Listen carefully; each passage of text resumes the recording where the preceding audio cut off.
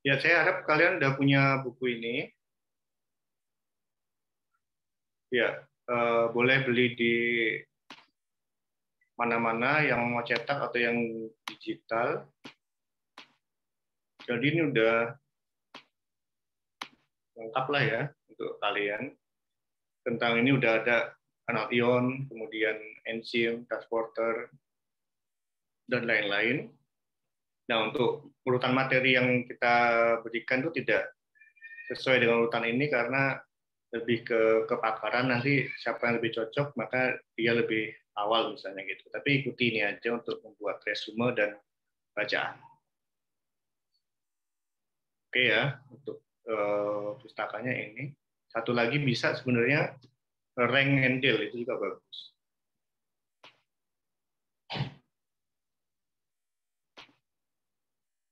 Oke, lanjut ke sini. Ya,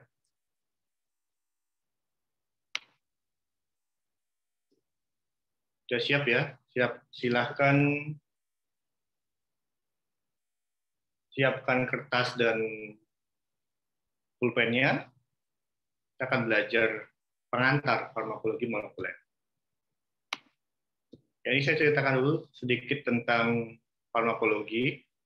Jadi kalau kita lihat dari sejarah, farmakologi ini sebenarnya udah ilmu yang tua. Sejak sebelum Masehi sudah ada, pengobatan sudah berjalan sejak nenek moyang nih ya, menggunakan herbal atau magis gitu. Kemudian seiring waktu berjalan, mulai penggunaan bahan alam, kemudian diisolasi dan akhirnya dikembangkanlah senyawa-senyawa dari bahan alam tersebut menjadi senyawa yang tunggal gitu, jadi tidak berupa campuran. Kemudian datang ilmu biomedis yang membawa pengaruh ke bidang pengobatan atau farmakologi ini meliputi patologi yang mempelajari mekanisme molekuler penyakit, kemudian fisiologi dari manusia, biokimia, dan terakhir ini ada biologi molekuler. Seiring dengan di majunya penelitian tentang biologi molekuler sehingga muncullah obat-obat biofarmasetik. Jadi obat biofarmasetik itu adalah obat-obat berbasis bioteknologi seperti protein, vaksin, atau antibodi monoklonal.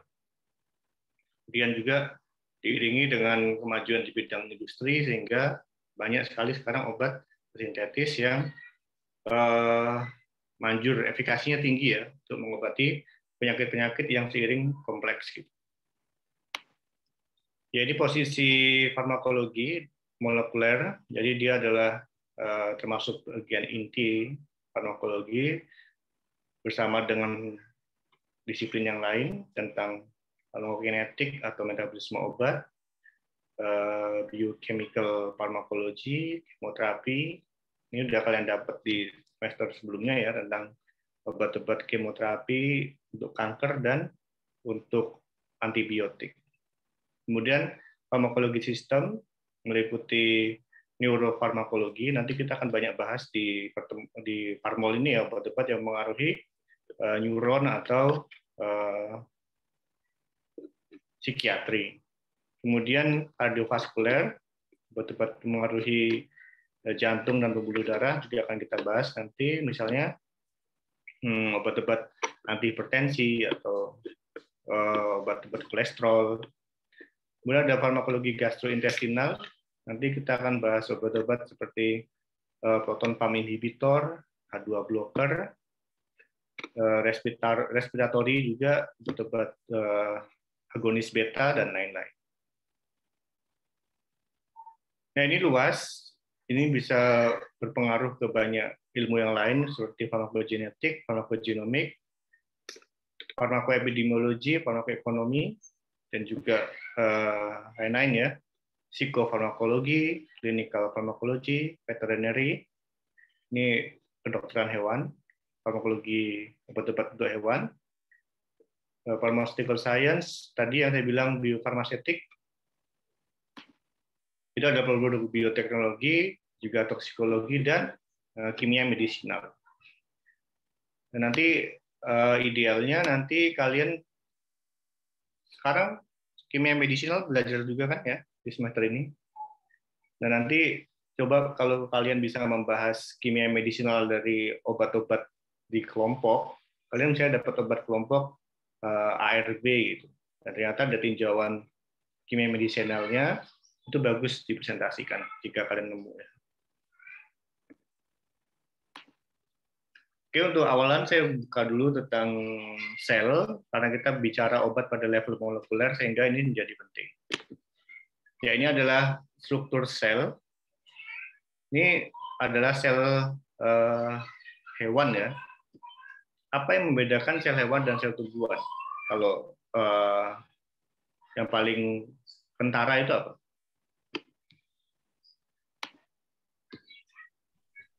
Dinding selnya. Dinding sel.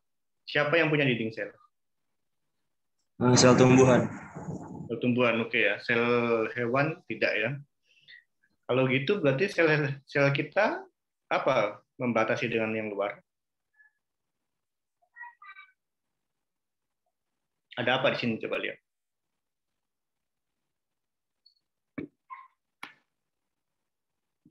Kalau organel apa yang membatasi lingkungan dalam sel dan lingkungan luar sel? Apa itu? Membran, Pak. Membran, oke ya di sini. Ini plasma membran. Tahu nggak struktur plasma membran itu seperti apa?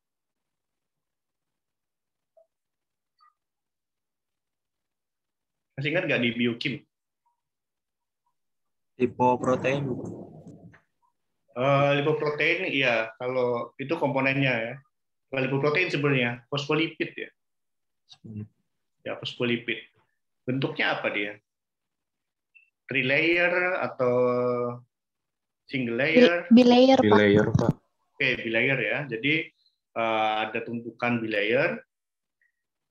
Nah, nanti kita bahas tentang membran tadi, dan sekarang kita lihat ke organel-organelnya. Jadi ternyata dari volume sel yang sedemikian, isinya sangat penuh ya, padat. Jadi dia memiliki komponen, banyak komponen organel. Pertama kita bahas ada inti sel. Ini inti sel. Kita punya nukleus dan ada nukleolus, dan ini adalah membran yang membatasi inti sel. Di inti sel itu ada apa?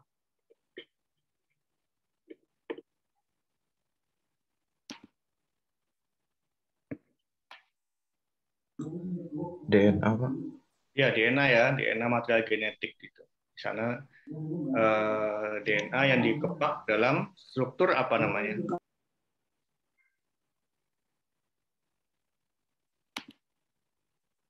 Yang jumlahnya 46 pada manusia, apa itu? Kromosom bukan, Pak? Ya, kromosom ya. Jadi DNA itu di packing dalam bentuk kromosom. Ya. Kemudian kita keluar dikit, dan di sana ada organel yang sangat penting lain, yaitu bentukan kompleks dan memiliki luas permukaan yang besar, yaitu adalah retikulum endoplasma. Jadi lihat di sini ada dua jenis RE, apa dan apa? RE halus dan RE kasar, Pak. Oke, bagus. Apa bedanya halus dan kasar? Yang kasar ditempeli dengan ribosom, Nah, sedangkan yang halus tidak. tidak, oke. Ribosom apakah hanya nempel di RE saja atau bisa di mana lagi? Ada yang bebas, Pak. Oke, ini ya free ribosom. Kalau dilihat lebih banyak yang mana dari gambar ini? Lebih banyak yang menempel, Pak. Oke, kelihatan di sini ya, kan di titik ini ya. Itu lebih banyak ternyata yang nempel di retikulum endoplasma. Ribosom itu buat apa sih? Fungsinya?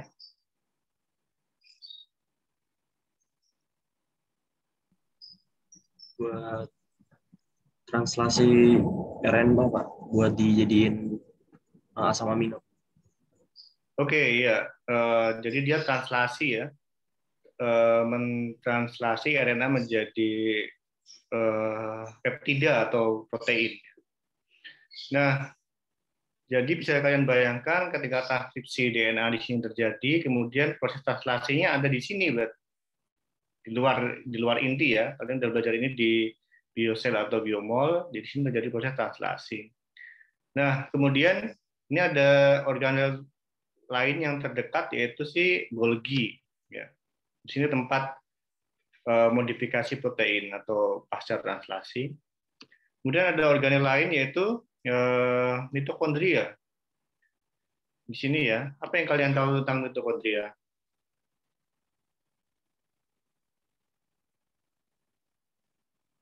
Tempat respirasi bukan, Pak? Oke, respirasi. Kalau respirasi menghasilkan apa?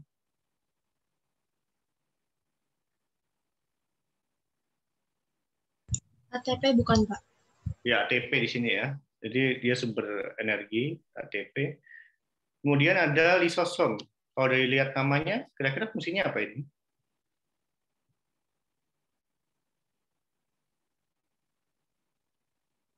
Sintesis lipid, Pak. Sintesis lipid, oke. Kalau bisa juga dia perannya untuk ini ya, dari namanya lisis gitu. Jadi ada bagian-bagian yang perlu dibongkar, masuklah ke lisosom. Kemudian yang lain ini ada bentukan seperti ini. Ini apa ini?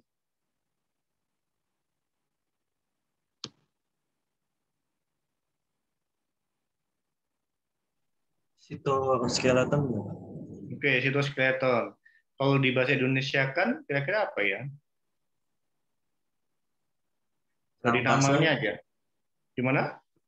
Kerangka sel. Kerangka sel, oke bagus ya. Sito itu sel, skeleton kerangka. Jadi ini kerangka sel.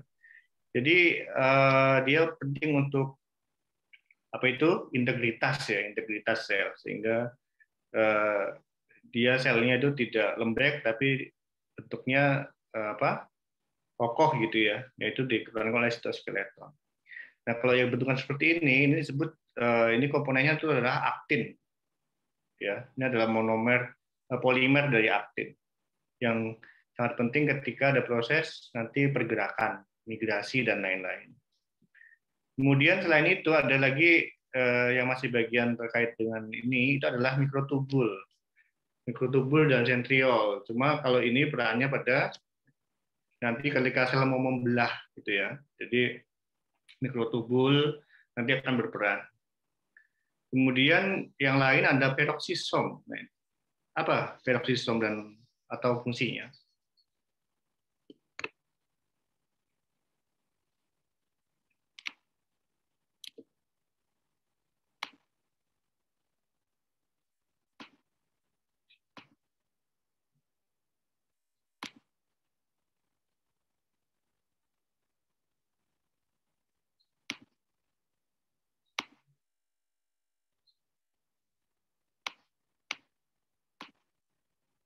Ya, nanti akan ada obat yang bertarget di bagian peroksisom ya. Jadi saya familiarkan mulai dari pertemuan ini. Kita lihat bersama-sama. Jadi ini adalah contoh sel yaitu hepatosit. Jadi tadi ada mitokondria, jumlahnya ternyata sangat banyak ya, 1.700 per sel. Banyak ternyata jumlahnya. Sitosol ini adalah komponen tadi ya. Jadi kalau ada kolam, ada airnya, nah sitosol itu adalah kayak airnya gitu. Jadi di sana tempat organel-organel mengapung dan lain-lain. Di sini tempat terjadi metabolisme, transport, dan lain-lain. Kemudian ada ER kasar, halus, Golgi. Ini penting pada protein modifikasi, sekresi protein, katabolisme, sintesis membran.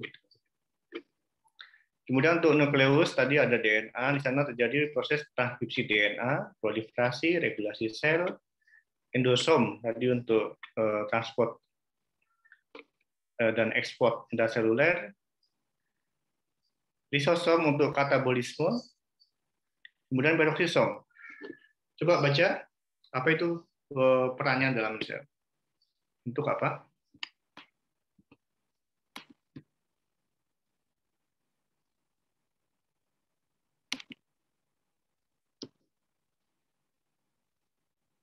Silakan dibaca apa fungsinya.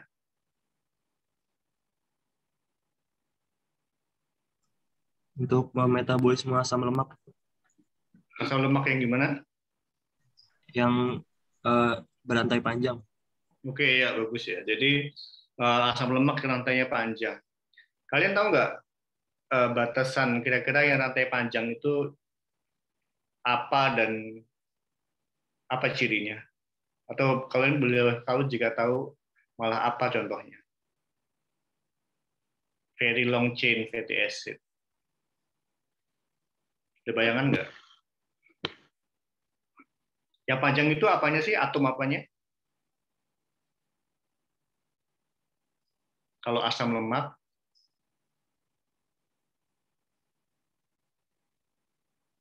di biokimia sudah ya harusnya. Coba atom di organik itu biasanya ada nitrogen, oksigen, kemudian Atom karbon ya, Pak? karbon ya, oke. C-nya sampai berapa kalau very long chain fatty acid? 22 karbon, Pak. Itu masih kurang panjang. Lebih panjang lagi berarti berapa?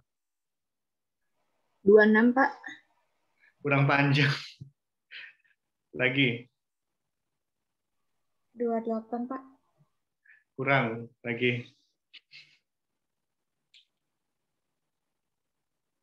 Kalian pernah lihat nggak sih iklan-iklan susu buat anak balita itu mengandung apa?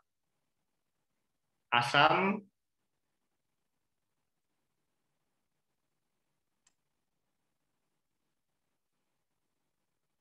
saya dengar kan? Mengandung AHA, DHA, mengandung asam linoleat. Pernah dengar nggak? Kalian kalau anak farmasi lihat iklan itu sambil ini ya, sambil oh itu strukturnya gini. Coba C-nya sampai berapa mereka?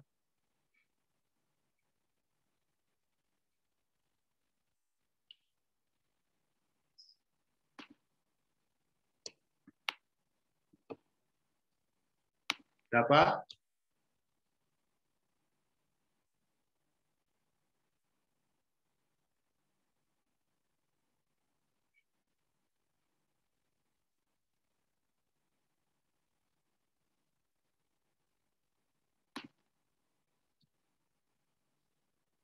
Ketemu belum?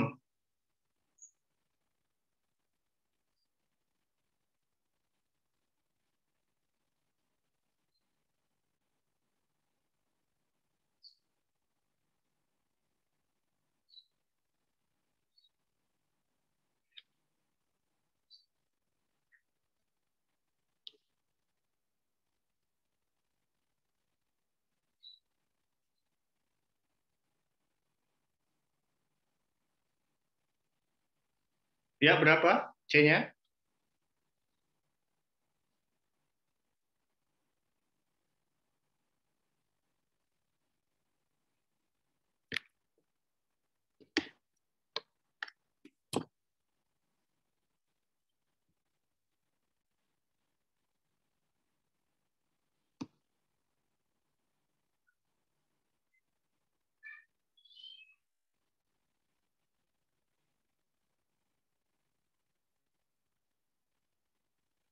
Kalian nyari Google-nya gimana?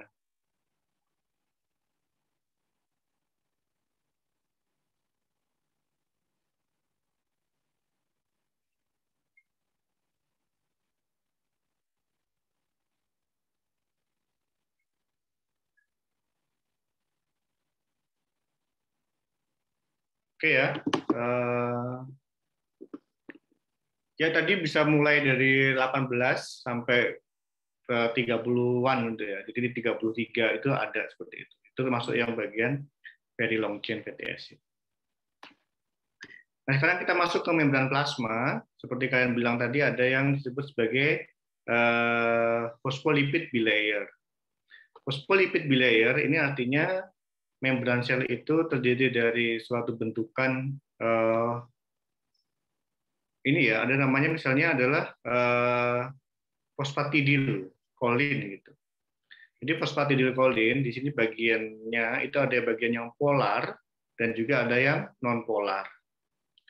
Nah, kalian bisa ada bayangan nggak bentukan fosfolipid? Jadi fosfolipid itu nama umum untuk fosfatidilkolin, fosfatidietanolamin, dan lain-lain. Ini ada kepala dan ekor. Ekornya ini siapa kira-kira? Molekul apa ini ekor 2 ini?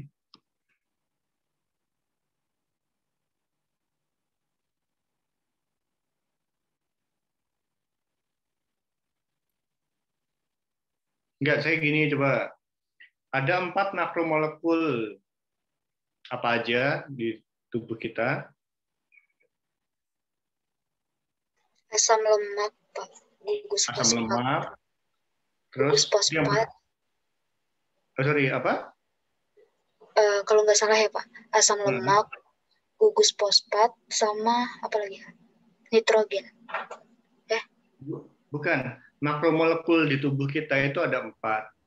Oke, pertama lemak tadi. Yang kedua, makromolekul, molekul besar. Kita punya makromolekul besar tersebut. Pertama lemak, kedua protein bukan Pak? Ya, protein nomor 2. Nomor 3-nya? Karbohidrat. Karbohidrat 3. Terakhir? Asam nukleat. Asam nukleat. Oke ya. Jadi ada 4 makromolekul. Nah, yang panjang ini apa ini?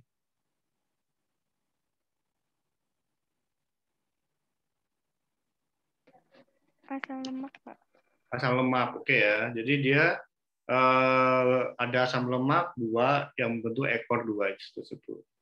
Nah, selain asam lemak di bilayer ini, itu juga ada molekul lain disebut sebagai kolesterol. Jadi kolesterol itu dia posisinya itu ada di bilayer gitu ya. Jadi kalau kalian membayangkan senyawa tinggi kolesterol gitu ya, itu berarti kolesterolnya ada di sana di membrannya gitu.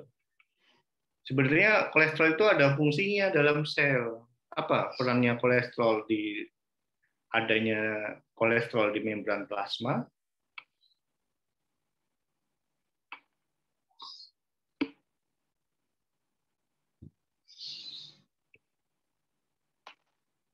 Pembentuk struktur membran bukan Pak?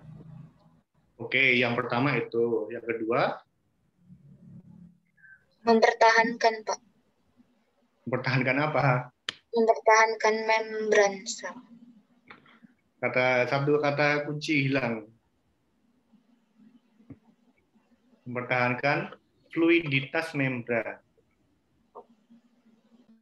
Jadi membrannya itu lebih lentur gitu ya, karena dia ada kolesterol. Jadi sebenarnya makanan yang mengandung kolesterol itu ya di membran lipidnya banyak kolesterolnya gitu artinya. Jadi kan membran itu macam-macam, ada yang banyak kolesterolnya, ada yang enggak. Nah itu.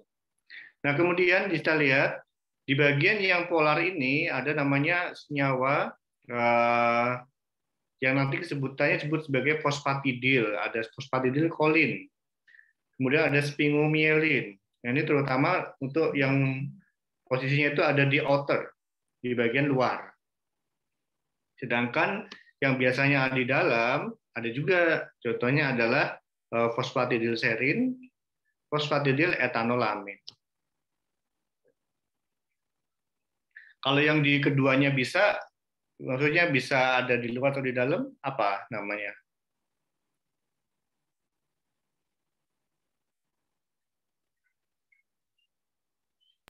Lipid raf itu ya, Pak? Ya.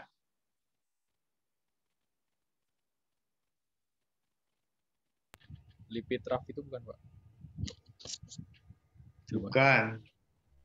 Ada keterangannya, tinggal baca.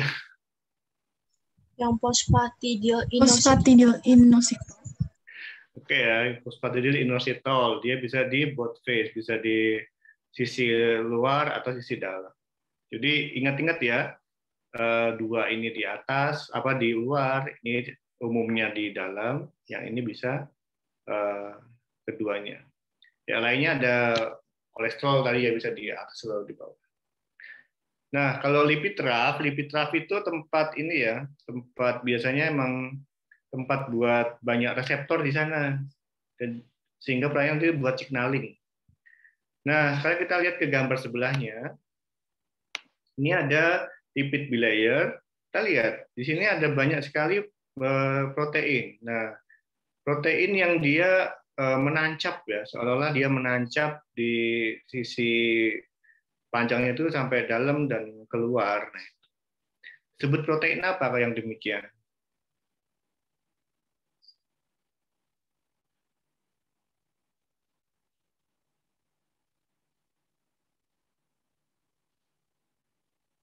Protein transmembran. Oke, bagus ya. Protein transmembran, ingat. Jadi dia ada di menancap di membran. Nah, kita lihat berikutnya.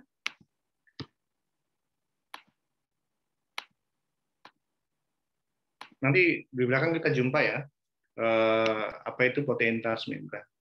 Jadi sebenarnya target aksi obat itu banyak sekali yang molekulnya itu ada di transmembran seperti ini. Yang nanti dia akan ketempelan sama senyawa endogen maupun obat. Oke, sekarang kita beda topik. Kita akan membahas lebih luas lagi tentang senyawa endogen. Jadi kita punya berbagai macam senyawa endogen di tubuh kita yang mengatur kehidupan kita untuk bisa bergerak, beraktivitas. Yaitu ada neurotransmitter, neuropeptida, hormon, ion, dan lain-lain. Nanti kita akan bahas untuk hari ini atau pertemuan-pertemuan ke depan, dan kita lihat sekarang ini ada tautan, ya, ada celah tautan ini. Ini adalah nerve atau saraf. Yang berikutnya ada sel otot, muscle cell. Tahu nggak antara saraf dan otot itu ada daerah, ya. Namanya apa?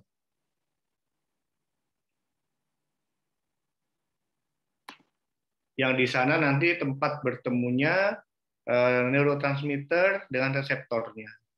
Daerah apa itu namanya? Sinapsis. Oke, sinapsis itu jika dia sama-sama saraf dan saraf.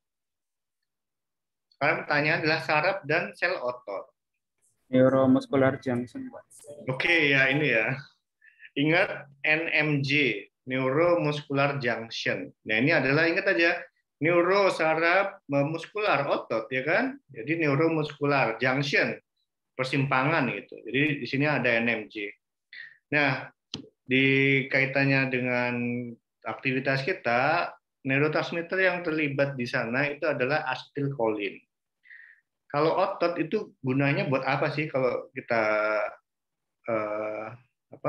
beraktivitas, buat apa itu? Otot itu untuk apa? Menggerakkan rangka.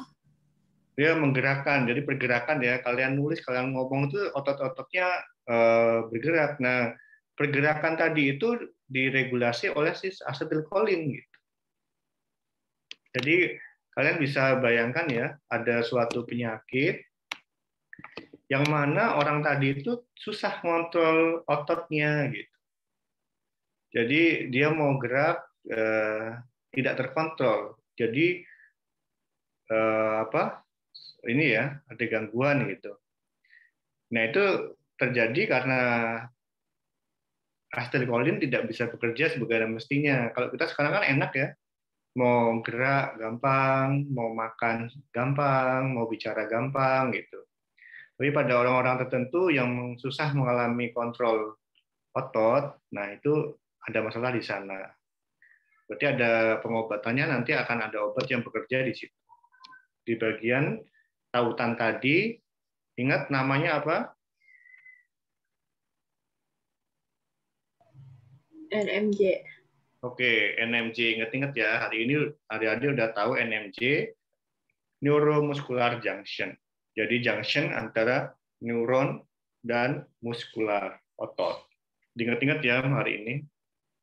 Kalau saya bilang ini penting, diingat-ingat, nah itu dikasih stabilo atau kalian bikin warna merah itu ya. Nanti saya keluarkan ujian itu biasanya. Ya. Oke, lanjut berikutnya. Selain asetilkolin, tadi kita udah bahas asetilkolin, ada juga neurotransmitter lain. Contohnya yang saya tulis di gambar tengah ini adalah serotonin. Nah, serotonin ini terlibat pada banyak peran ya. Nah, kalau yang ini bener nih namanya synapse cleft ya, jadi celah sinapsis gitu. Karena ini masih saraf juga. Jadi kalian bisa bayangkan, ini yang bulat-bulat ini adalah neurotransmitternya. Kemudian kita lihat, kalian lihat nggak di sel saraf sebelahnya itu ada kayak ketapel gitu. Kalian lihat nggak yang warna hijau ini? Kelihatan nggak? Kalau nggak kelihatan, coba di zoom. Nah, oke ya. Nah, di sana itu adalah reseptornya. Jadi yang merah itu ketemu sama reseptornya yang warna hijau itu, hijau kecil itu. Nah, itu reseptornya. Coba kalau kalian lihat, reseptor tadi itu berada di organel apa itu? Yang saya sebut di awal tadi.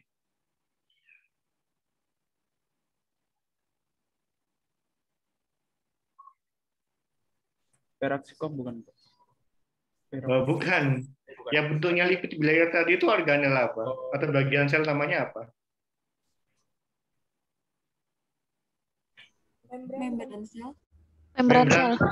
Oke ya. Nah ini. Kalau ada suatu protein yang ada di membran plasma tadi disebut dengan protein apa? Transmembran. Oke, nah jadi kita lihat di sini dengan jelas ditunjukkan ya bahwa reseptornya itu adalah jenis protein transmembran gitu ya. Jadi dia menancap di transmembran ini. Nah, nanti yang berikutnya ligannya atau semuanya ini yang nempel pada reseptor. Nah, sehingga berikutnya muncul ini ya, nih sinyal pengaturan. Jadi di formula itu ya seperti ini ya. Jadi ada ligan nempel pada reseptornya, kemudian ada sinyal. Oke, kita lanjut ke gambar sebelahnya. Udah siap belum untuk gambar yang ketiga? Lebih mudah apa lebih susah kira-kira? Kalau kalian suruh jelasin sekarang, bisa nggak? Ya, ini sebenarnya ada di tulis ya, tapi ini saatnya datang. Tapi yang jelas, kira-kira seperti inilah farmakologi molekuler. Jadi, kalian bisa membayangkan ada suatu ligan, kemudian nempel pada reseptornya, kemudian ke bawahnya ada pensinyalan. Kita lihat di sini misalnya ada glutamat. Glutamat ini berarti suatu apa? Kalau dilihat dari 4 ini, dia suatu apa glutamat ini?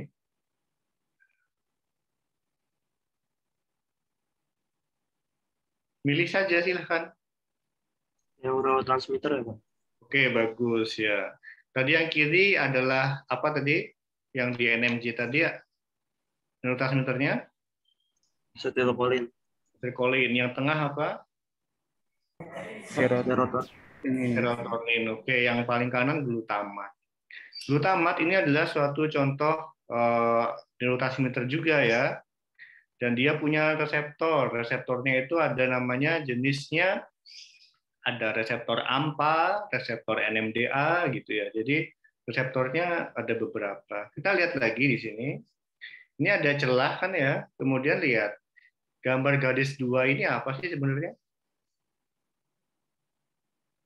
Apa ini?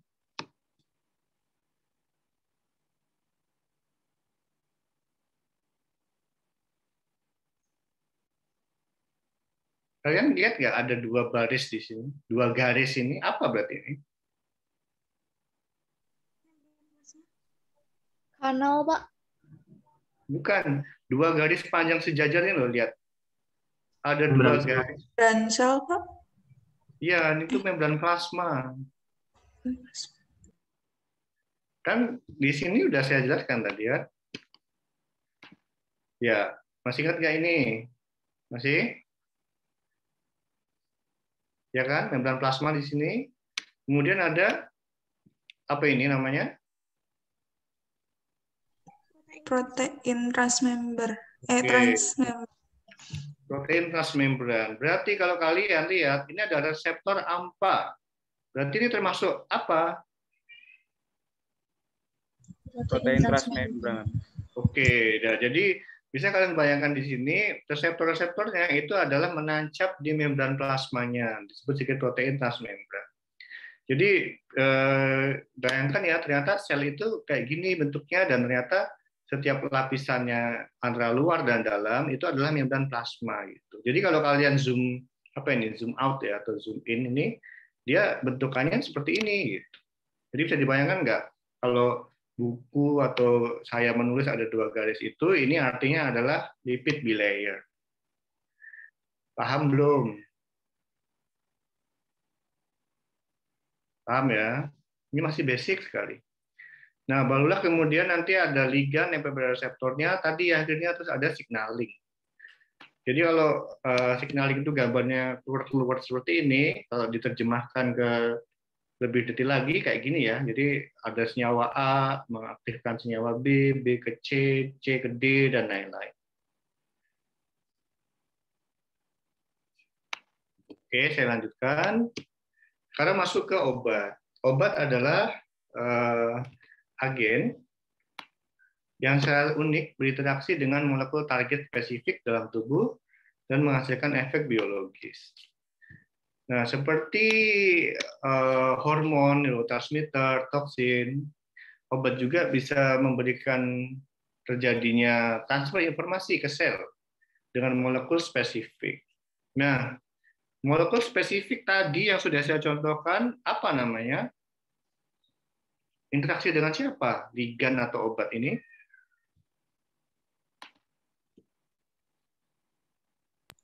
Reseptor bukan? Ya, reseptor. Oke ya. Nah, ini, sekarang kita udah ketemu titiknya target aksi obat. Jadi target aksi obat itu bisa dikategorikan menjadi beberapa. Yang paling utama itu adalah protein-protein yang ada di membran, yaitu ada reseptor, oke ya. Kemudian juga ada kanal ion, transporter, dan juga ada enzim. Kalau kalian lihat di sini, lebih banyak mana reseptor atau kanal ion itu posisinya? Di intraseluler atau ekstraseluler atau di nukleus atau di membran? Gimana? Di membran. Oke, sekarang paham ya. Jadi ternyata paling banyak target aksi obat itu ada di membran. Ya, jadi ini adalah pembagiannya. Tadi yang saya sebut kanal ion, transporter, karier, pembawa, atau enzim atau reseptor, itu adalah suatu protein. Nah, protein tadi kebanyakan adalah di transmembran. Kebanyakan ya, tapi ada juga yang tidak di transmembran. Nah, ini ada pembagian lagi reseptor. Pertama adalah reseptor kanal ion. Ya, atau nama lainnya ada ligand gate ion channel. Kemudian ada G-protein coupled receptor atau GPCR. Kemudian ada tyrosin kinase link receptor. Terakhir adalah reseptor intraseluler atau nuklear reseptor. Ada juga obat yang bertarget ke DNA. Nah, ini silahkan kalian screenshot ya. Ini peta kalian untuk belajar farma. Atau kalian jika sudah mengeprint, dikasih stabilo atau pulpen merah, kita akan nggak jauh-jauh bahas dari slide ini. Nah, sekarang kita bahas lebih detail apa masing-masing tersebut. Ya, jadi tadi obat berinteraksi dengan molekul spesifik, yaitu ada reseptor, enzim, karier atau transporter, dan kanal ion. Nah, sebenarnya ikatan tadi spesifik, tapi juga tidak sepenuhnya spesifik ya, not completely specific. Jadi banyak kasus ketika dosisnya meningkat, obat tadi bisa mempengaruhi reseptor yang lain dan muncullah side effect. Saya ambil gambaran gini, kalian tahu nggak ada obat terkenal buat obat anti hipertensi? Coba sebutkan. Di farmakologi dasar atau klinik itu udah dibahas. Apa bisa beri contoh? Depannya P, belakangnya all. Prednisone. Propanolol ya, Pak. Belakangnya all ya, jadi bukan prednisone. Propanolol, Pak. Ya, namanya propranolol ya, bukan propanolol. Jadi R-nya double, pro dan propranolol. Ya, propranolol itu adalah obat yang dipakai untuk ini ya, banyak, tidak hanya antihipertensi, tapi itu yang jantung lain. Sebenarnya obat ini ada berbagai jenis, tapi ada yang tadi disebut sebagai propranolol. Termasuk jenis golongan apa obat propranolol itu? Golongannya?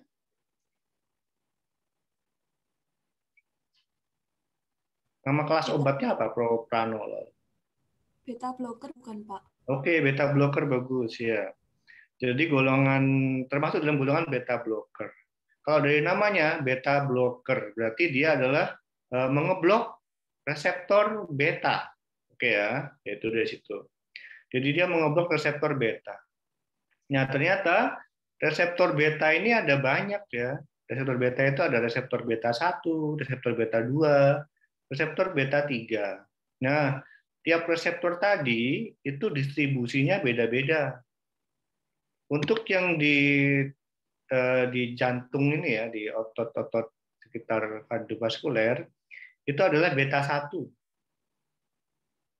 Kemudian ada juga beta 2. Nah, beta 2 ini justru lokasinya beda, yaitu di, misalnya itu adalah di saluran pernapasan. Gitu, saluran pernapasan. Nah, ternyata gini, antara beta 1 dan beta 2, ketika ketempelan sama ligannya, itu menghasilkan efek yang berbeda. Kalau di otot yang sekitar kardiovaskuler, dia itu ke kontraksi jantung, tapi kalau yang beta 2, itu justru untuk dilatasi. Dilatasi untuk saluran napas itu. Jadi seolah-olah itu perannya berkebalikan gitu ya, berbeda. Nah sekarang gini, apa yang terjadi jika digunakan obat propranolol, yang mana dia adalah non-selektif. Artinya dia bisa mengeblok reseptor beta 1 maupun reseptor beta 2. Jadi kalau sekarang obat tadi dipakai oleh orang yang ada gangguan jantung, tapi juga dia punya orang yang mempunyai gangguan napas. Kira-kira kalian bisa bayangkan nggak apa efek samping yang muncul?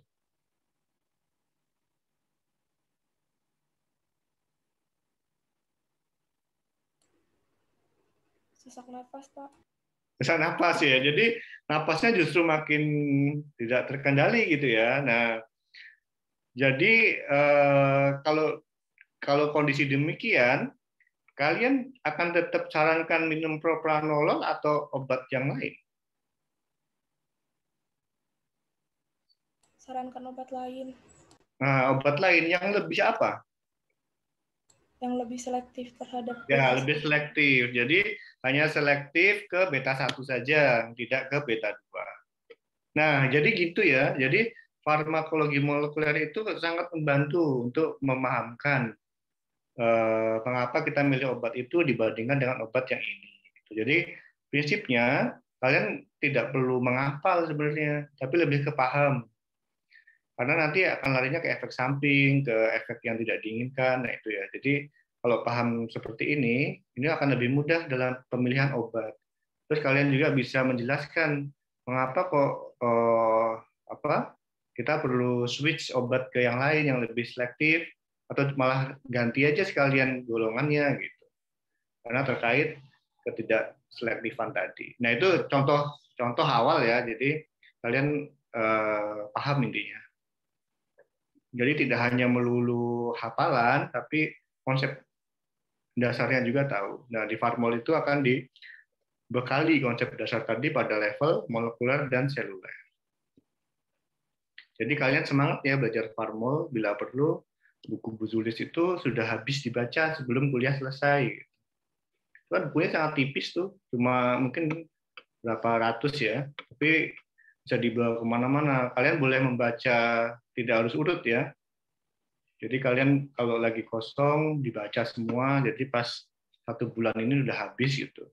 Jadi kalian tinggal pas kuliah itu nggak kosongan lagi, udah tahu semuanya. Gitu. Bisa nggak kayak gitu? Tertarik nggak? Malah ketawa ya. Ini kalau kalian tutup kameranya saya nggak bisa lihat kalau kalian tertawa. Tapi ada yang mau kayak gitu nggak sih? Kalau dulu ini ya, kalau zaman dulu saya SMA, tahu kalian buku SMA terbitan Erlangga biasanya dulu ya, kalau SMA itu ya. Itu ada teman saya, dia emang ini sih anak Olimpiade gitu. Jadi buku fisikanya itu waktu semester 1, tapi dia udah khatam, gitu. Udah selesai. Kan kalau buku fisika dulu kan ada kunci jawaban ya, jadi ada soal, ada jawaban. Nah itu udah kerjain semua gitu. Padahal itu baru semester awal gitu, dia udah kerjain semua. Bahkan itu masih kelas 2 ya, yang buku kelas 3-nya udah digarap gitu. Jadi udah melampaui kelasnya gitu. Jadi ya udah ketika kuliah, ketika kelas ya dia tinggal mungkin matengin, kalau nggak ada soal yang lebih bakal dijawab dia minta jelasin gitu. Nah, kalian pun bisa sebenarnya gitu. Jadi buku bertulis ini dihabiskan ketika kuliah udah lancar dan kalian akan lebih mudah menghubungkan konsep satu dengan yang lain karena semua itu berhubungan. Ya apa? Ya kalau kalian suka farmasi harusnya bisa. Ya saya memberikan inspirasi saja ya jika kalian tertarik untuk belajar lebih. Oke, sekarang kita target reaksi obat lebih detailnya. Tadi ada reseptor, kanal ion, enzim, dan transporter. Dalam kaitannya reseptor, ini kita akan temu sering banyak istilah, ada agonis dan antagonis. Jadi agonis itu dia senyawa ligannya biasanya, misalnya tadi reseptornya NMDA, maka ligannya adalah glutamat. Atau reseptor serotonin, ligannya adalah serotonin. Kalau asetilkolin, nama reseptornya apa berarti? Reseptor?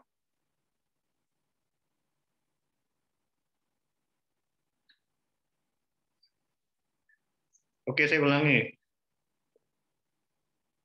Serotonin, nama reseptornya adalah reseptor serotonin.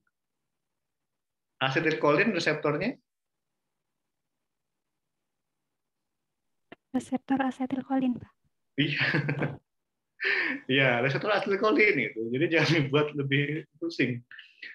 Intinya kebanyakan nama reseptornya itu mengikuti ligannya. Kalau tadi saya bilang ada reseptor, saya tadi bilang reseptor beta ya. Nah, nama lengkapnya reseptor beta itu adalah reseptor beta adrenergic. Itu nama lengkapnya. Nah, ligannya itu adalah kalau saya dua pilihan. Reseptor beta adrenergic memiliki ligan A, serotonin, B, asetilkolin, C, adrenalin atau epinefrin. Kalian pilih yang mana dari A, B, C? Adrenalin, Pak. Oke, adrenalin ya. Adrenalin atau epinefrin itu adalah ligan untuk reseptor adrenergic. Reseptor adrenergic itu ada banyak, ada beta, alfa. Nanti pun alfa dibagi lagi, ada alfa 1, alfa 2, beta 1 ada beta 1, 2, 3, tapi semua sama memiliki ligan alami, yaitu adalah epinefrin atau adrenalin. Oke ya. Nah, kalau antagonisnya gampang juga gitu. Kalau tadi kalian ingat nggak reseptor beta adrenergic tadi menjadi target untuk aksi obat, apa nama golongannya?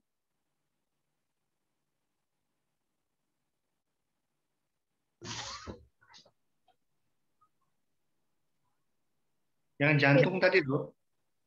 Beta blocker.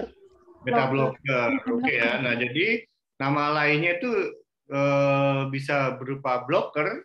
Contohnya tadi adalah beta blocker atau bisa juga namanya antagonis ya. Ya. Antagonis atau blocker. Jadi ya mungkin udah umum ya. Jadi kalau misalnya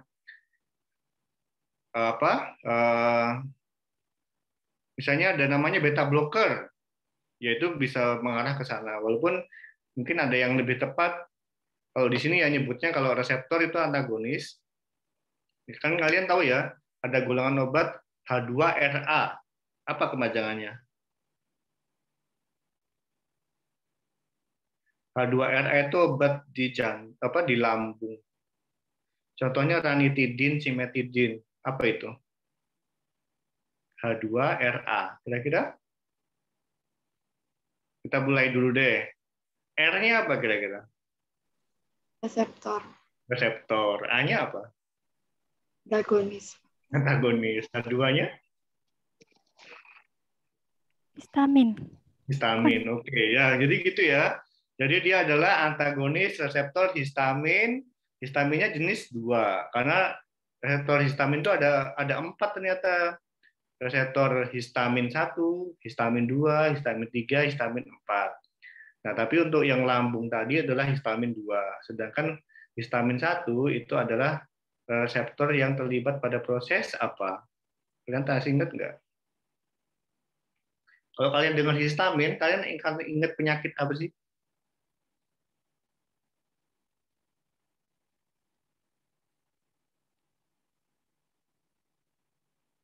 Depannya A, belakangnya E. Iya, alergi. Ya, jadi kalau H1, reseptor H1 itu terlibat banyak ke patofisiologi penyakit alergi. Nah, kalau demikian berarti nama obatnya untuk yang H1 sering kalian dengar apa? Kalau yang H2 kan H2RA. Kalau H1 nama golongan obatnya apa? Ada contoh obat yang sangat terkenal yang biasanya ada di obat batuk, yang bikin ngantuk, 3 huruf, apa itu? CTM, Pak. CTM, Pak. CTM, ya. Kalau kalian CTM kaitkan dengan histamin, dia sebut sebagai golongan apa berarti? Antihistamin. Antihistamin. Sama ya, berarti antihistamin itu kalau dipanjangkan, itu adalah antagonis reseptor histamin H1. Jadi kalau H1 dia nama umumnya adalah antihistamin. Kalau dia antagonis untuk reseptor H2 namanya H2RA.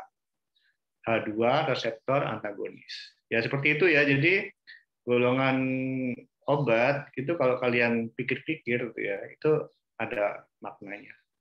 Jadi nggak perlu kalian hafal gitu. Jadi buat lebih mudah gitu. Ya, contohnya histamin H1 berarti itu adalah antihistamin, contohnya CTM, terlibat pada proses alergi.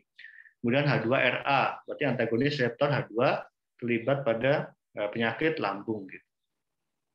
Oke ya. Kemudian ada blocker. Kemudian ini pada kanal ion. Ini ada contoh obat yang memakai nama kata blocker. Kalian pernah dengar nggak?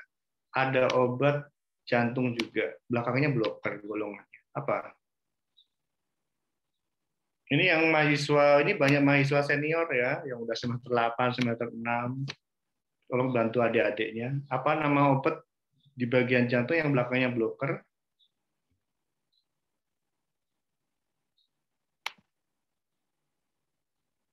Coba ini, Inas coba. Apa namanya? Ada nggak ini ya? Jadi saya lihat. Kenapa, Pak? Mohon maaf, Pak. Agak terputus tadi, Pak. Apa golongan obat yang belakangnya blocker di jantung selain beta blocker?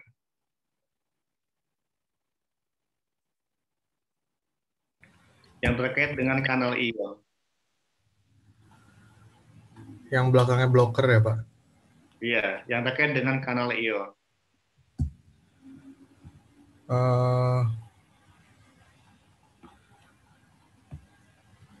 ARB bukan ya, Pak? Atau bukan, Pak? ARB boleh, tapi tidak terkait dengan kanal ion dia. Kan dia angiotensin reseptor. Jadi bukan ke kanal ion.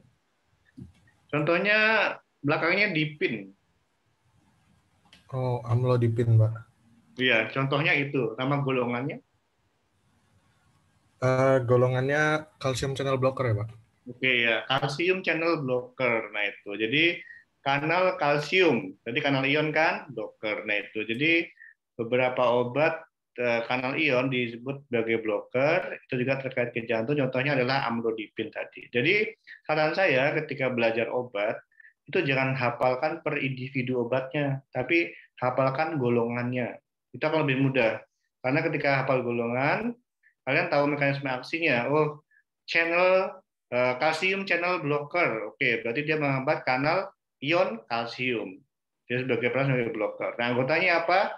Nah, biasanya juga obat-obat dalam satu member, dalam satu golongan, itu belakangnya hampir sama. Contohnya amlodipin, nimodipin, terus nifedipin. Nah, itu kan mirip-mirip ya. Jadi kalian akan lebih mudah jika belajar golongan gitu dibanding senyawa obat-obat sendiri. Itu saran saya. Jadi akan lebih banyak yang diingat. Jika kalian menghafalkannya itu satu pak gitu, satu pack. Oke, kemudian ada enzim, biasanya emang belakangnya inhibitor namanya ya. Jadi kalian tahu ya, ada obat namanya apa yang belakangnya inhibitor?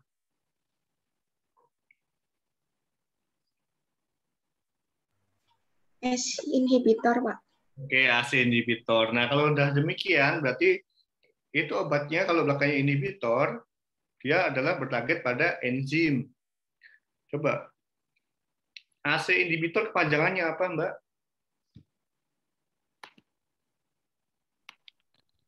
Angiotensin converting enzyme, Pak.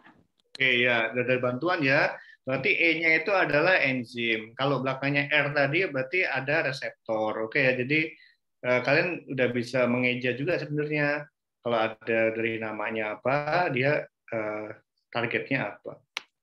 Jadi dia ada enzim yang perannya itu mengubah konversi angiotensin, nah itu diinhibit atau dihambat. Nah, disebut sebagai inhibitor. Contohnya tadi ada ACE inhibitor. Contoh obat anggota ACE inhibitor apa? Ada captopril, Pak. Oke, bagus ya. Captopril adalah contoh obat ACE inhibitor. Nah, obat golongan lain yang memiliki aktivitas inhibitor selain itu apa lagi?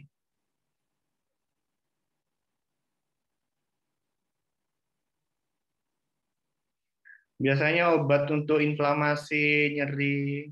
Coba.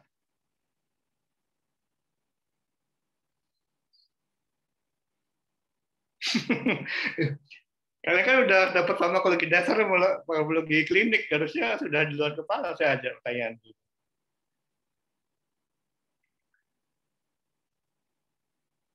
Obat antiinflamasi, obat nyeri, belakangnya inhibitor. Apa, adik-adik?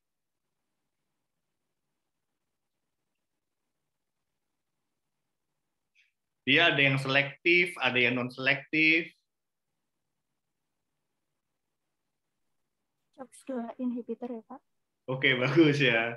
Jadi obat namanya COX inhibitor, siklooksiggenase inhibitor. Jadi dia menghambat enzim siklooksiggenase. Gampang ya. Berarti biasanya enzim itu belakangnya ACE.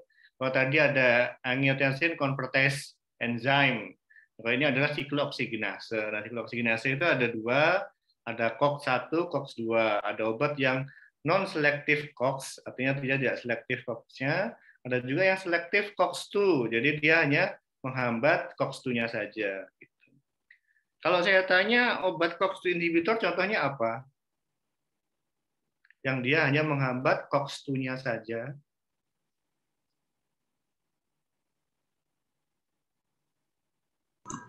Celecoxib, Pak.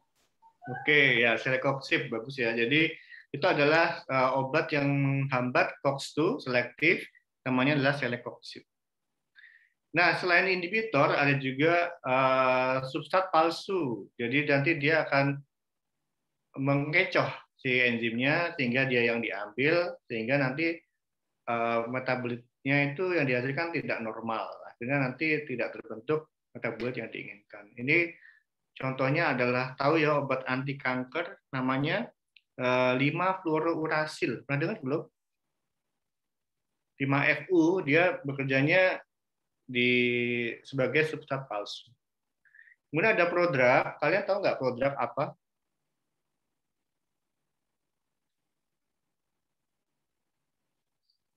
Obat yang aktif setelah dimetabolisme. Oke ya, jadi setelah di metabolisme menjadi aktif. Contoh obat berupa prodrug, kemudian senyawa aktifnya apa? Kalian bisa beri contoh?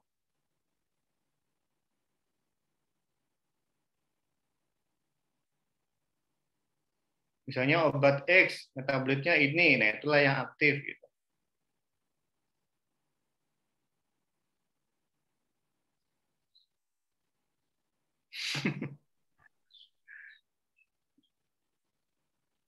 Silakan.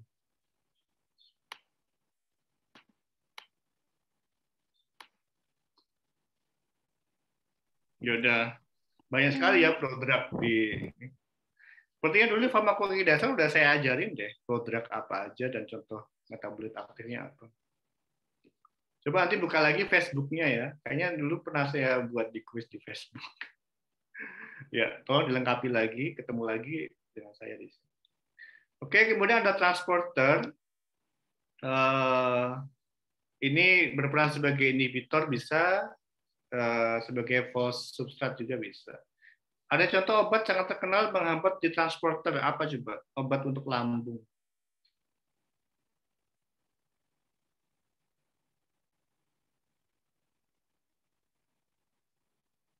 Dia berperan sebagai inhibitor. Sehingga belakangnya E. 3 huruf.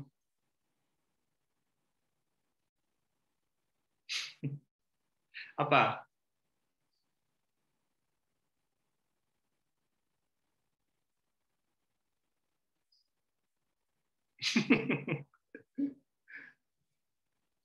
PPI bukan ya, Pak? Ya, PPI. Kepanjangannya apa, Mbak? Proton pump inhibitor. Oke, bagus. Proton pump inhibitor. Dia menghambat pompa proton. Proton tahu ya, proton itu asam. Asam itu ingat aja berarti dia di lambung, asam lambung. Contoh PPI apa, Mbak, salah satunya? Omeprazol bukan, Kak? Oke, bagus ya. Contohnya adalah omeprazol. Oke, ini adalah konsep agonis dan antagonis. Jika agonis berinteraksi dengan si reseptornya, dia ada respon. Tapi untuk antagonis, dia berikatan tapi tidak ada respon. Itu konsep sederhananya antara agonis dan antagonis. Nah, sekarang kita lihat reseptor. Tadi saya katakan target aksi obat ada 4 ya, kalau dari yang protein. Ya kan? Apa aja coba siapa mau review? 4 target aksi obat yang golongan protein. Apa aja? Yang saya suruh screenshot tadi ya. Apa aja? Yang reseptor kanal ion itu bukan, Pak? Yang Bukan. di protein, tirosin kinase. Bukan. Yang saya screenshot coba. Yang protein ada 4. Yang reseptor, enzim, karir, sama kanal ion bukan, Pak? Ya itu ya. Nah itu adalah target aksi obat. Nah sekarang reseptor dibagi lagi menjadi 4. Setuju nggak? Ya kan ada 4? Nah ini adalah pembagiannya gitu. Tadi yang reseptor tadi yang nomor 4 tadi dibagi lagi menjadi 4, yaitu ada namanya LGIC, ligand gate ion channel, atau namanya adalah reseptor ionotropik. Terus ada kemudian lagi GPCR, G protein coupled receptor. Kemudian ada reseptor link kinase, jadi terkait dengan kinase, dan terakhir reseptor inti. Nah ini adalah pembagian dari reseptor. Nah mereka memiliki mode aksi yang berbeda dan kecepatan waktu aktivasinya pun berbeda. Kita lihat dari yang pertama, contohnya adalah LGIC. Ini tanda nama lainnya adalah reseptor ionotropik. Kalian lihat ya, ini ada yang berwarna pink ini adalah contohnya adalah ligannya gitu ya. Jadi ketika ada ligan yang pada R, ini artinya R itu apa berarti? Reseptor. Reseptor, oke. Ligan yang pada reseptornya, nah akhirnya terjadi pembukaan kanal ion gitu. Ionnya bisa masuk atau keluar, yang menyebabkan hiperpolarisasi atau depolarisasi yang akhirnya mengubah efek seluler. Nah ini dalam hitungan waktunya itu adalah milisecond, jadi dia sangat cepat ya, dalam mini detik dia langsung bisa berefek. Contoh obat ionotropik ini adalah reseptor Apa itu ACH? Asetilkolin. Asetilkolin, bagus ya. Jadi contohnya adalah asetilkolin nikotinik. Jadi ternyata asetilkolin itu ada 2 jenis. Ada nikotinik, satu lagi apa? Muskarinik. Oke, bagus ya. Ada nikotinik dan muskarinik. Ternyata walaupun sama-sama dia mengenali asetilkolin, tetapi jenisnya beda dan ternyata reseptornya pun beda gitu. Kita lihat, untuk yang nikotinik dia berupa LGIC, tapi untuk yang muskarinik dia termasuk golongan GPCR. Nah, itu GPCR ini nama lainnya adalah metabotropik. Kalau yang LGIC tadi contohnya nama lainnya adalah ionotropik. Jadi mudah diingat ya. Kalau ionotropik ingat berarti dia ada ionnya. Metabotropik ingat dia adalah GPCR. Nah, kita lihat suatu ligan nempel pada reseptornya. Kalian lihat ada warna pink nempel di huruf apa itu?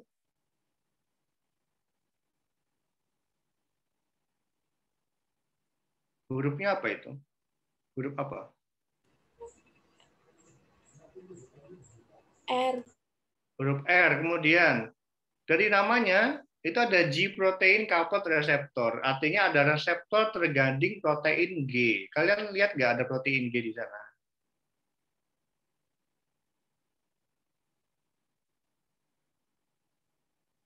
Warnanya apa huruf G-nya? Lihat, Pak. Hijau, Oke. Pak. Hijau, oke ya. Jadi ingat ada protein G yang terganding dengan reseptor gitu ya. Nah, kemudian ada tanda panah ke kiri atau kanan. Yang berikutnya bisa ke ion, kanal ion, atau justru bergeser ke satunya. Hurufnya apa itu yang sebelah kanan?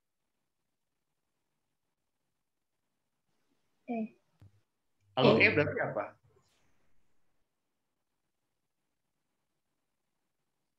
Kalau E berarti apa artinya? Enzim bukan. Ya enzim gitu.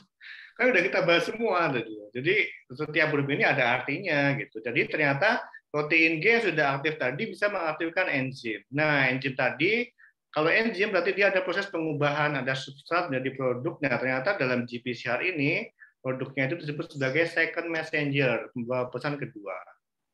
Nah, second messenger itu nanti bisa banyak fungsinya, bisa mengatur rilis kalsium, protein fosforilasi atau fungsi lainnya yang nanti akan mengarah ke perubahan efek seluler. Yang ketiga, ini ada ligan nempel pada RE. Ini pada kinase ya. Jadi reseptornya itu bisa terkait yang memiliki aktivitas enzim atau sebagai reseptor. Jadi bisa keduanya. Oke, bawahnya apa itu? Setelah tanda panah apa yang terjadi? Terfosforilasi. Oke, fosforilasi. Ingat ini adalah kata kunci. Jadi ingat fosforilasi. Nah, fosforilasi itulah yang menjadikan namanya kinase ya. Jadi ingat aja kalau kinase itu adalah fosforilasi. Silakan di stabilo tulis merah, boleh. Kalau ada yang minggu depan saya tanya tidak ada yang tidak tahu kalau kinase itu berfosforilasi, ini saya keluarkan ya. Ya, jadi boleh nggak tahu kalau kinase itu kaitannya dengan fosforilasi. Fosforilasi apa anyway? Tahu nggak?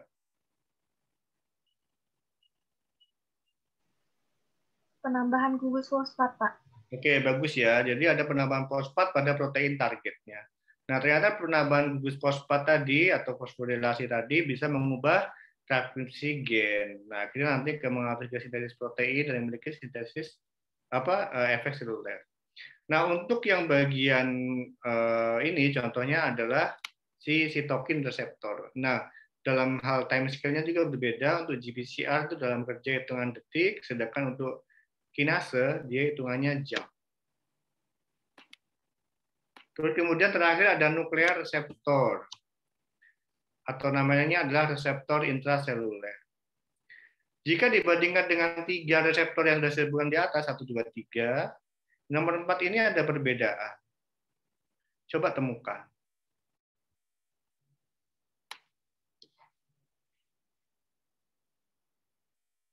Apa itu? Reseptornya ada di reseptornya ada di nukleus, Pak. Oke, reseptornya di dalam intis, bukan di, ya ada di nukleus, ada juga di sitoplasma, tapi mungkin lebih tepat bilangnya intrasel gitu ya, jadi di dalam sel. Oke, terus itu perbedaan pertama, posisi reseptornya dia tidak di transmembran. Kalian lihat nggak ada 2 garis di sini? Kelihatan nggak? Kelihatan, itu artinya transmembran ya. Ya, bilayer gitu. Itu reseptornya satu, dia di dalam atau intraseluler. Yang kedua, apa itu yang kalian temukan perbedaannya?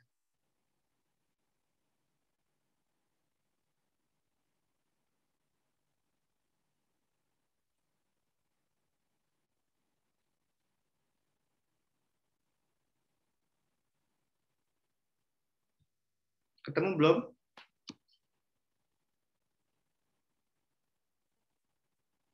Coba perhatikan yang berwarna pink. Dari nomor 1, 2, 3, dan 4 itu ada yang beda nggak?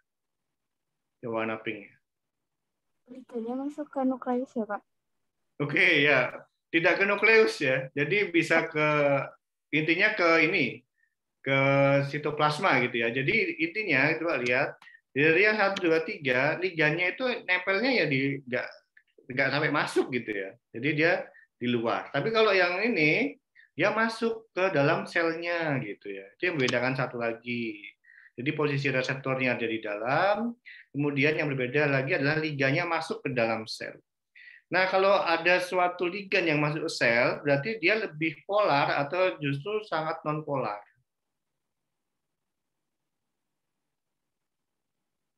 Kalau ada suatu obat atau senyawa yang bisa masuk ke sel, sifatnya polar atau non polar?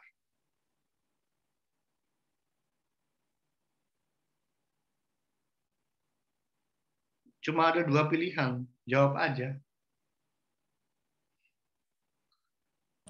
Polar, Pak. Polar, alasannya apa? Karena reseptornya itu polar, jadi harus polar buat. Oke, ada jawaban lain? Sifatnya polar atau non polar? Jawab saja, kan tidak dinilai. Justru kalau menjawab kalian akan lebih ingat. Polar, Pak. Polar, Pak. Gimana? Non polar. Jawabannya apa? Alasannya? Mampu menembus transmembran. Nah, terus kaitannya dengan si polar non polar apa? Karena Membrannya itu dari lemak, Pak. ya oke ya. Ya tadi ingat ya, si bilayer tadi kan komponennya ada yang polar dan non polar, tapi utamanya itu bisa dikatakan non polar itu ya. Jadi ketika ada suatu obat atau senyawa endogen bisa nembus, berarti dia sifatnya non polar gitu ya. Jadi hidrofobisitasnya tinggi sehingga dia bisa menembus membran ini. Itu perbedaan keduanya. Nah, contohnya ini adalah reseptor estrogen. Jadi estrogen itu adalah senyawa hormon ya yang dia bersifat non polar. Nah, itu cara kerjanya. Ini bisa saya lewati. Nah, ini rangkumannya. Rangkuman dari berbagai reseptor yang sudah saya jelaskan. Coba salah satu mahasiswa untuk menjelaskan masing-masing reseptor ini. Dari kolom 1 deh, silahkan. Sampai ke contoh nggak apa-apa.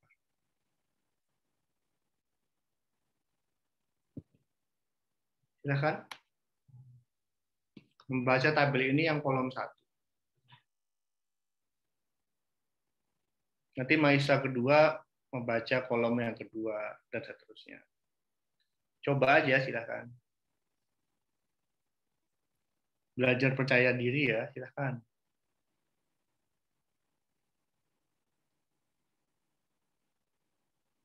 Berani aja.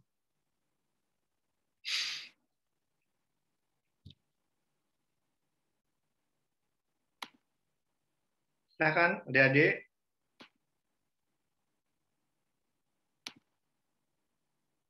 Dicoba.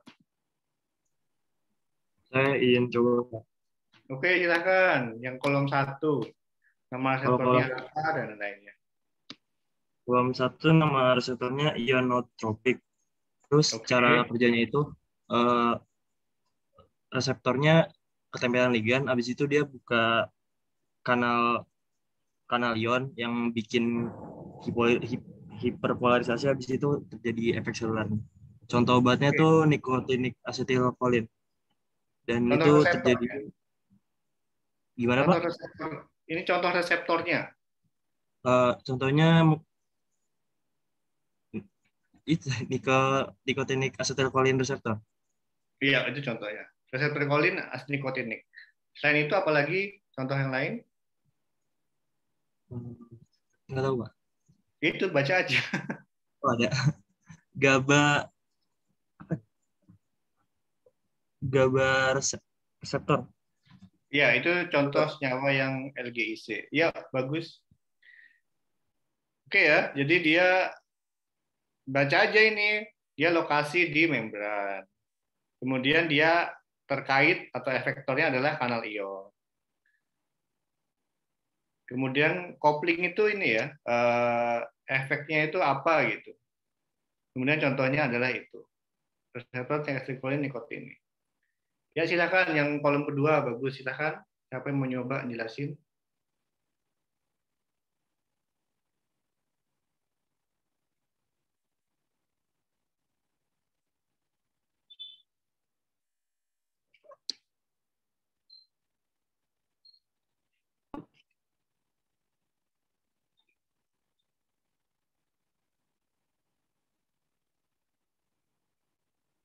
Kalian itu apa perasaannya ketika mau ngomong itu? Malu, ragu atau gimana sih? Kan sangat mudah nih ya, tinggal baca, jelasin gitu. Jadi apa susahnya? Silakan.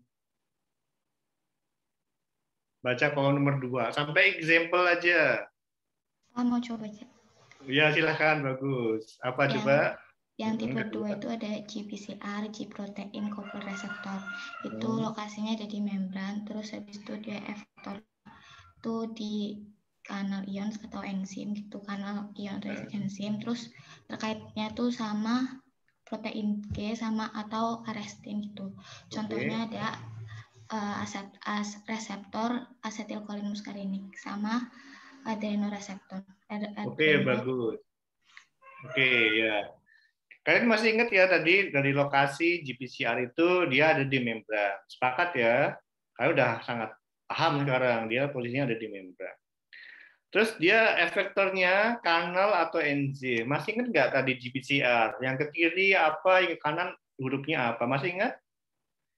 Tadi yang ke kiri kan ada gambar ion kan? Kemudian yang ke kanan ada huruf apa? Huruf E. Masih kan nggak tadi? Ya, berarti dia efektornya bisa kanal atau bisa enzim.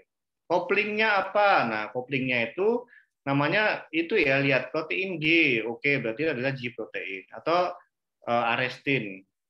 Bisa 2 ya. Contohnya adalah reseptor asetilkolin, tapi yang jenis muskarinik. Ingat-ingat ya. Kemudian contoh kedua adalah adrenoseptor. Nah, coba kalau dari namanya adrenoseptor, ini reseptor apa sih? Udah kita bahas berulang-ulang juga tadi. Saya berikan contoh yang ada efek sampingnya juga. Adrenoseptor, berarti reseptor untuk atau reseptor apa? Adrenergik, Pak. Oke, adrenergik. Jadi ini nama lainnya reseptor adrenergik adalah adrenoseptor atau reseptor adrenalin, gitu ya. Oke, coba sekalian di bawahnya tadi Mbak Moriska ya, coba structure. Nanti ini penting, ini sangat mudah sebenarnya. Dia bisa berupa monomer atau oligomer. Jadi monomer itu 1, oligomer itu lebih dari 1. Karena apa? Ada protein G itu dia ada yang cuma 1 subunit, tapi ada juga protein G yang terdiri dari 3 subunit. Oke ya, jadi protein G itu bisa monomer atau oligomer. Tapi dilihat dari reseptornya, coba baca itu ada berapa angka. Angka apa itu? Comprising-nya? Angka berapa itu?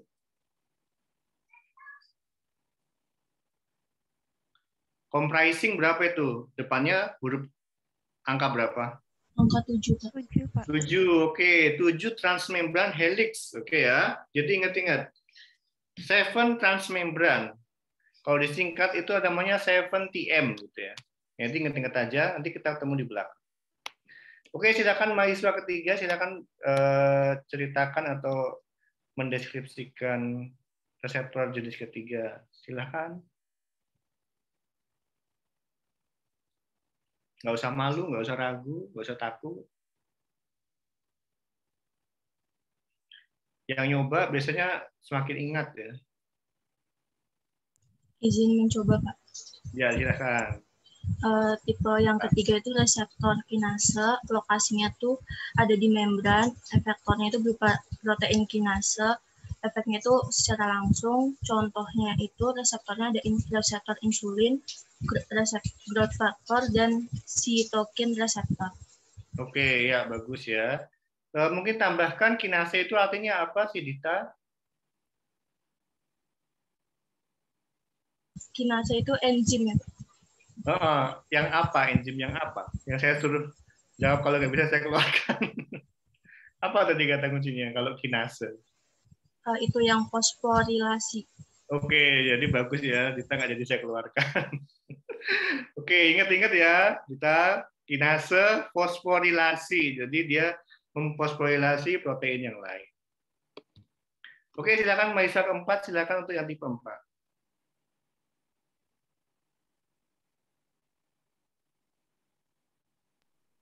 Izin menjawab, Pak. Ya, silakan. Untuk yang tipe 4 itu ada nuklear reseptor, lokasinya di intraseluler, efektornya itu transkripsi gen, terkaitnya dengan DNA, contoh reseptornya ada steroid reseptor. Oke, bagus ya. Jadi kalau demikian, senyawa steroid itu sifatnya polar atau non-polar?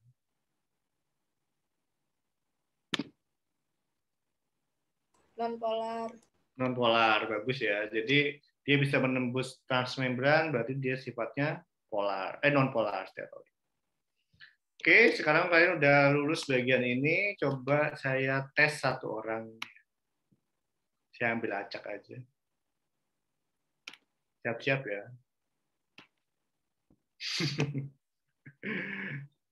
Saya lewati. Lihat namanya dari siapa ini?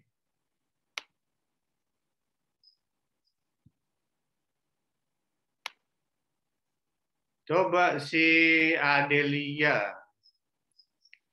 Adelia, coba siap ya. Contoh reseptor kanal ion atau ionotropik. Reseptor GABA, Pak. Oke, bagus. Berikutnya Ardila Putri Yuwanti. Contoh reseptor GPCR. GPCR itu ada contohnya muskarinik, Pak, obatnya. Bukan obatnya, nama reseptornya yang saya tanya. Oh.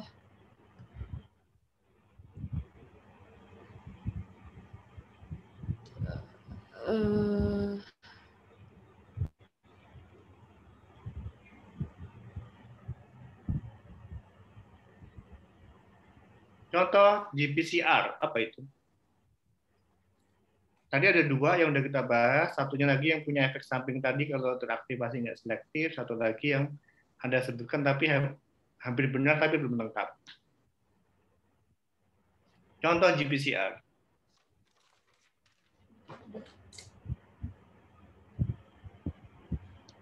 Oke, silakan Wening coba bantu temannya. Contoh GPCR apa reseptornya? Contohnya tuh tadi udah disebutin Pak Muskarinik asetilkolin reseptor. Iya, tadi belum lengkap. Nah, ini saya minta yang lebih lengkap. Oke. Coba si Sumayah berikutnya. Contoh reseptor nuklear. Ada steroid reseptor, Pak. Oke, bagus. Berikutnya, Syifa Hairunisa. Kinase artinya apa? Yang mengalami fosforilasi, Pak. Oke, fosforilasi, bagus. Oke, ya nggak jadi keluarin ya. Oke, saya lanjutkan.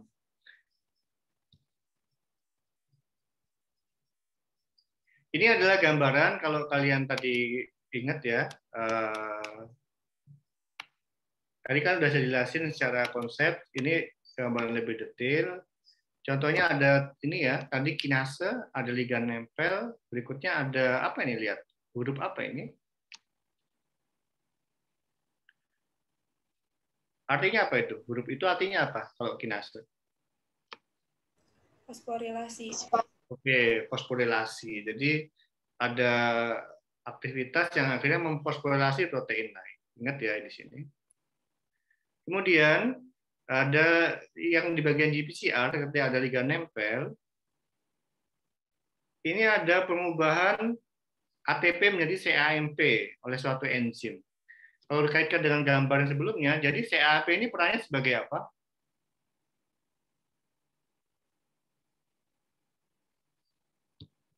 Tadi ada panah, kemudian menjadi produk. Nah, produknya itu disebut sebagai apa berarti?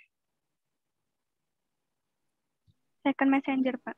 Oke, bagus, second messenger. Jadi, karena kalian tahu, contoh second messenger berarti apa salah satunya? CAMP. Oke, bagus ya. Jadi, salah satu contoh second messenger adalah CAMP. Kemudian untuk nuclear receptor, dia langsung masuk ini ya. Jadi masuk ke bilayer, menembus bilayer sehingga masuk ke temu reseptornya. Contohnya adalah reseptor hormon. Tadi ada estrogen. Untuk yang ini sedikit advance tidak kita jelaskan. Terus tadi ingat nggak di bagian nuclear reseptor efeknya via apa tadi disebutkan di tabel tadi, di kolom tadi? DNA. DNA. Sekarang kita lihat gambarnya. Cocok ya. Ternyata nanti kompleks ligan dan reseptornya itu ngikat ke DNA. Ini gambarannya di sini. Bisa diikuti ya tabel yang tadi dengan gambar ini. Ini lebih jelas. Ini gambarnya lebih detail dibanding yang tadi. Ya, sampai saat ini Farmol menyenangkan atau tidak?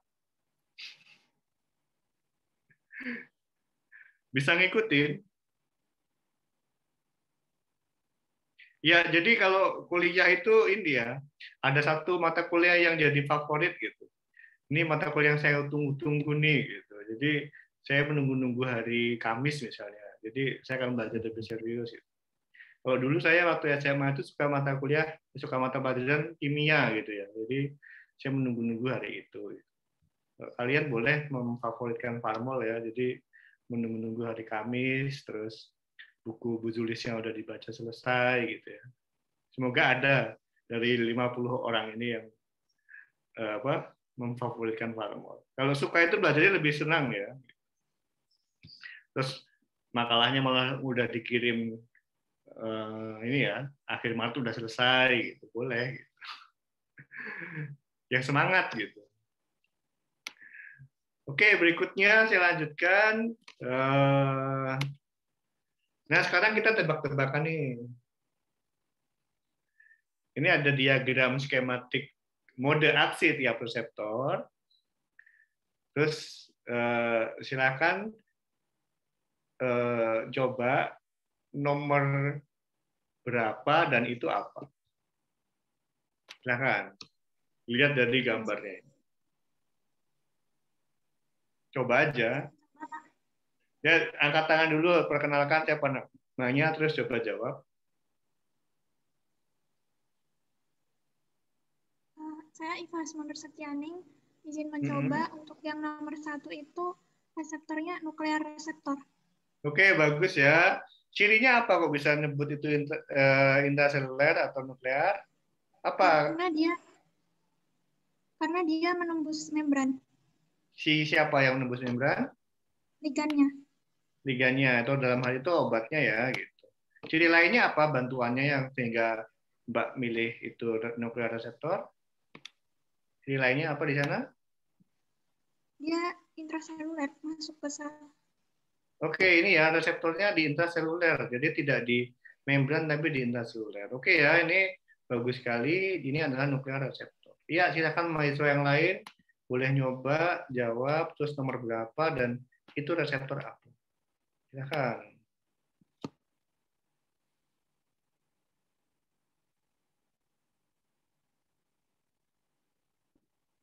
Nggak usah malu-malu. Izin menjawab, Pak. Ya, silakan. Saya nomor Rafiq ingin jawab yang nomor 4 itu ligand gated ion channel. Oke, kata kuncinya apa? Kok bisa menjawab itu? Soalnya itu begitu nempel ke reseptor tuh ada kanal yang kebuka gitu.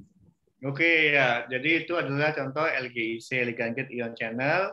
Atau nama lainnya apa, Mas? LGIC itu tadi?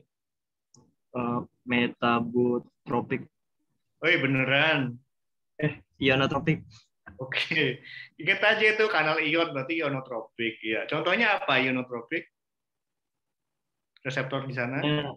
Nicotinic acetylcholine reseptor. Oke, beneran. Nikotinik apa muskarinik? Nikotinik, Pak. Oke ya. Oke ya, bagus. Ya, berikutnya silakan nyoba nomor berapa dan itu reseptor apa.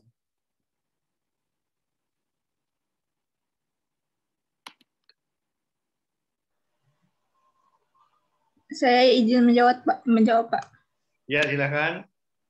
Saya Syifa Harni. Saya izin menjawab nomor 5, itu GPCR. Ya, kata kuncinya apa kok jawabannya GPCR? Bantuannya apa? Ada protein G sama ada enzim. Oke. Yang lainnya, simbol lainnya penting nggak? Atau gimana itu? Hubungannya apa?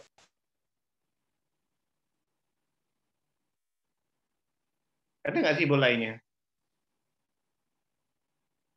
Ya, jawabannya benar GPCR. Tapi ada satu simbol yang kelewat.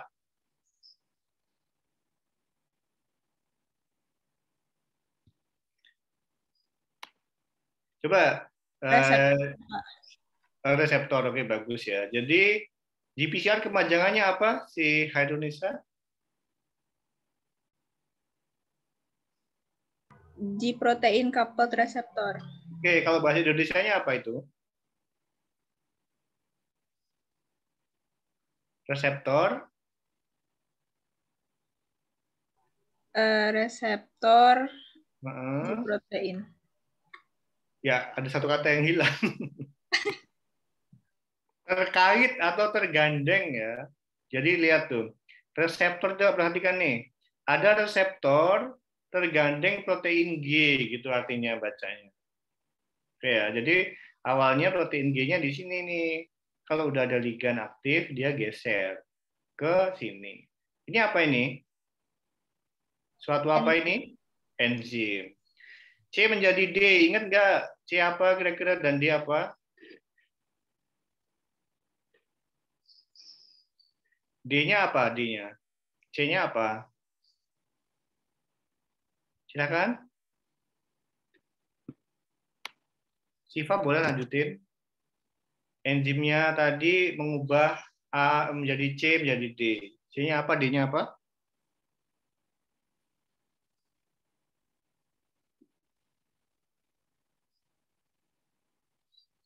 Yang lain boleh bantu jawab. ATP, Pak. Ya. Apa menjadi apa? ATP menjadi CAMP.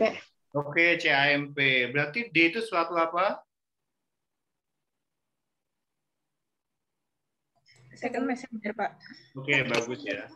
Oke, iya. Oke. Oke, bagus. Untuk yang berikutnya, silakan.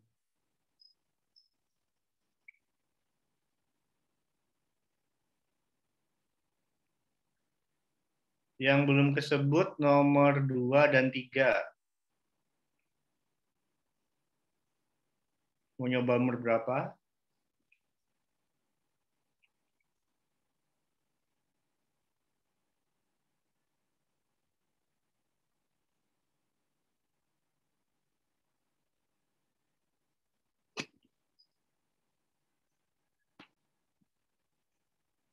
Halo?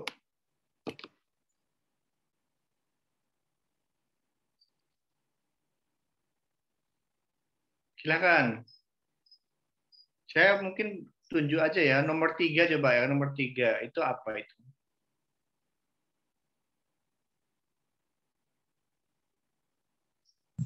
Kinase bukan, Pak? Oke, bagus. Reseptor tirosin kinase. Kata kuncinya di mana? Nah, ini ada penambahan fosfor atau fosforilasi. Fosforilasi. Oke, bagus ya. Ini adalah kinase. Ya, nomor 2 ini saya lupa juga ya, tapi udah kita skip aja.